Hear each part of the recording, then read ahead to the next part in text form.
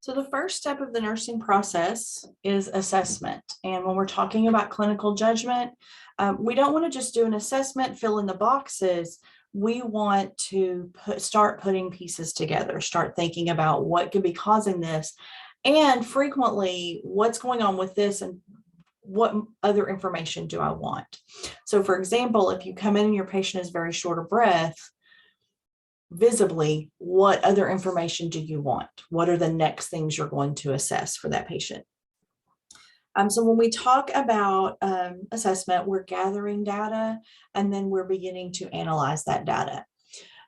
Just as a reminder, someone without a nursing license cannot assess. They can gather data, but they cannot do that analysis piece.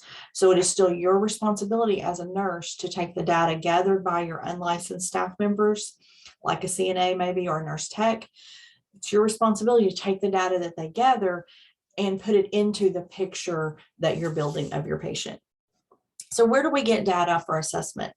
The client is hopefully your best source of data. That's going to be primary data, and that can be either direct assessment, physical assessment, or that can be interview, things that your patient says. We may also get data from families and significant others, and sometimes that matches what the client says, and sometimes it doesn't. That's secondary data. We may also get data from the healthcare team, from medical records, and remember that sometimes those have errors. I actually was reading a Twitter thread last night about people who found there were errors in their own medical records. So remember that if the client's data doesn't match what you hear in report or what's documented in the record, don't assume that the client is incorrect, that may have been recorded incorrectly. And then we look at information that's used to interpret assessment findings. So we might look at literature about the disease process, and we might use our own experience. So an example of that, back to our patient with pneumonia, we have learned as nurses what fluid in the lungs sounds like. We have learned what bronchoconstriction sounds like. We have learned what it sounds like when there's mucus clogging the lungs.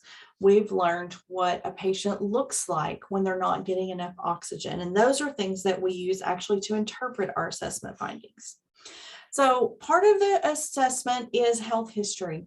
Typically, we take a full health history at admission to an acute care unit, or to a long-term care facility. We might get a mini history in the ER. We're not focused on everything this patient's ever experienced, but we want to know the things that are most critical. But we want a more complete health history when our patient's admitted to an inpatient unit. So think of the nursing interview as a therapeutic relationship. Therapeutic relationships have 4 phases. This is a relationship with a specific purpose that is tended to benefit that patient.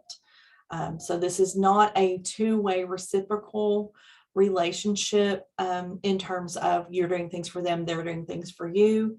This is a relationship intended to benefit that patient. So there are 4 phases. There's the introduction part, establishing the relationship, the working phase of that relationship, and the termination phase. So when we look at that in terms of the nursing interview, for introduction, what are some things that we can do to facilitate trust? We should always address adult clients by title and surname unless they request otherwise. So it's not Bonnie, it's Mrs. Johnson, okay? You should introduce yourself and describe your role. My name is Jamie. I'm a nursing instructor here with the students, and I have a few questions for you. Explain the purpose of the interview. Let that patient know you're going to be taking some notes and what kind of questions that will be asked. So we might let them know some of these questions may seem personal, but the goal is to take the best care of you. We also want to ensure confidentiality and privacy. And think about different situations when that might be difficult. So for example, in an ER, when you're asking questions about how that particular item was inserted into a specific orifice, and there's someone on the other side of the curtain, Okay, so that's a time then that it can be a challenge to ensure confidentiality and privacy. Think also about interviewing an adolescent, a 15-year-old. Are you going to get the most accurate information about their potential alcohol use, drug use, sexual activities, if you're asking those questions with their parents sitting next to them? So when you think about how to ensure confidentiality and privacy, you want to establish a relationship, and you should seek insight from the client about their health problem. What do you think is going on? And sometimes patients will say, well, I don't know, that's why I came to the doctor. But sometimes they'll tell us what they think is going on, and they may or may not be accurate, but their perception or their insight about what's going on can be helpful. We also want to know what they need from us. What is it that you would like us to help you with today? Obtain cues about what needs follow-up. So in the process of this, the patient says offhandedly, oh, I had breast cancer surgery. So what do you want to know about that? You're in the process of talking to your patient, and they say, oh, I had breast cancer surgery. One of the things I would want to know is, was that 10 years ago or was that last week? Because that's going to change the things that I want to assess. So obtain cues about what needs follow-up. One way to start this relationship is, what brings you here today? We want to be careful about using the word why. If I say, why did you come to the ER? For a lot of patients, that sounds like you shouldn't be here. And so instead of why did you come to the ER, what can I help you with today, or what brought you here today? And then what do you think might be going on? In the working phase, we're really gathering information now, but we have to take the time to establish that relationship first. With some clients, you might bring in some small talk, depending on the situation, to try to build some trust and rapport with that patient. In the working phase, we want to use open-ended questions to get more information, and then closed-ended questions to clarify and get specific facts. So what brings you to the hospital today? That's an open-ended question.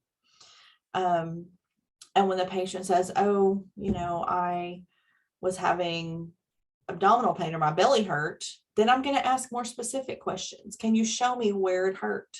Can you tell me what that hurt felt like? So more specific closed-ended questions. Any unusual findings or statements you need to explore.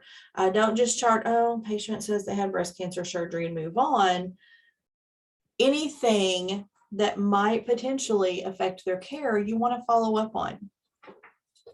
Make sure that you're using eye contact as it's appropriate for that patient. There are some cultures in which direct eye contact feels invasive, and there are a lot of individuals, even in our culture, in which eye contact is expected. There are a lot of individuals who get very uncomfortable with eye contact. So pay attention to your patient's cues in regard to that. Be connected to the patient. Don't spend all your time with your face in the computer. You do have to take some notes, but you might have like a notepad instead and jot things down, and actually connect with your patient. If you're using a computer in this setting, make sure that you look at your patient, listen to their responses, explore those responses, then turn and chart, and then turn back to your patient. Okay. Termination, we summarize the findings and address any final questions. Okay. We organize information, and we typically organize information using some kind of framework. In nursing, a lot of us use Gordon's functional health patterns. So we're going to look at Gordon's functional health patterns and talk about how most health data is going to fit into those.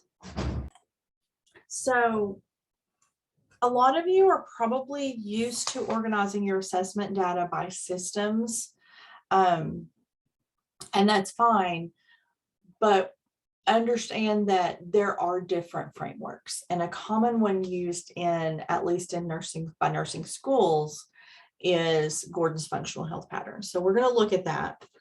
And you don't have to necessarily use these in your documentation, but I want you to start seeing how things fall into these patterns. This is a framework that can be helpful in seeing patterns in your patient and recognizing maybe what's going on with them. So I'm going to share my screen. So first is the health perception, health management pattern, and this would include things like how does a patient perceive their health? What things do they do to manage their health? What does being healthy mean to that patient? Nutritional and metabolic, that's going to include things about their food intake, their fluid intake, their metabolic needs. Are there things that affect their nutritional status? Are there things that increase their need for certain nutrients? So think about anything related to nutrition. So this could include things like being diabetic. It could also include things like living in a location with no stores nearby without a car. So that's going to limit the foods that are available to them. So nutritional metabolic pattern. Elimination pattern is pretty self-explanatory. It's patterns of bowel and bladder excretion. Activity and exercise pattern. So this might be how much they exercise, but it might also include how physical is their job. Is their job sedentary, or is it mobile? Are they doing a lot of heavy lifting at work? Are they sitting in a chair? Are they standing all day? How active are their leisure activities? So anything that affects activity and exercise, this is also going to include things like mobility. If that patient uses a wheelchair for mobility, that's going to go under activity exercise because that's about how their body moves.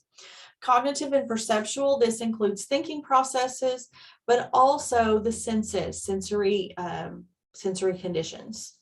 Sleep rest is self-explanatory. Self-perception and self-concept is about how that patient views themselves. So think about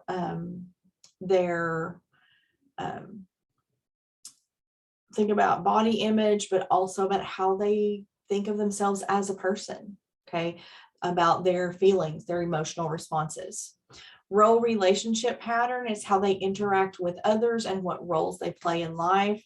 Sexuality reproductive is about sexual behavior, but is also about health of the reproductive organs. Coping and stress tolerance is about coping. How does that patient deal with stress? What things make them stress? Do they have positive coping mechanisms? Do they have coping mechanisms that are maybe causing health problems? And value and belief pattern. This is about their spirituality. It can include religion. It doesn't always. It can include how choices are their values and how choices are made, things like that. So these are Gordon's functional health patterns. You may not have seen them used in a clinical setting. You need to at least know what they are. And when you start thinking about your patient's assessment findings, it may fit into some of those categories. The next section of this lecture is going to be about physical assessment.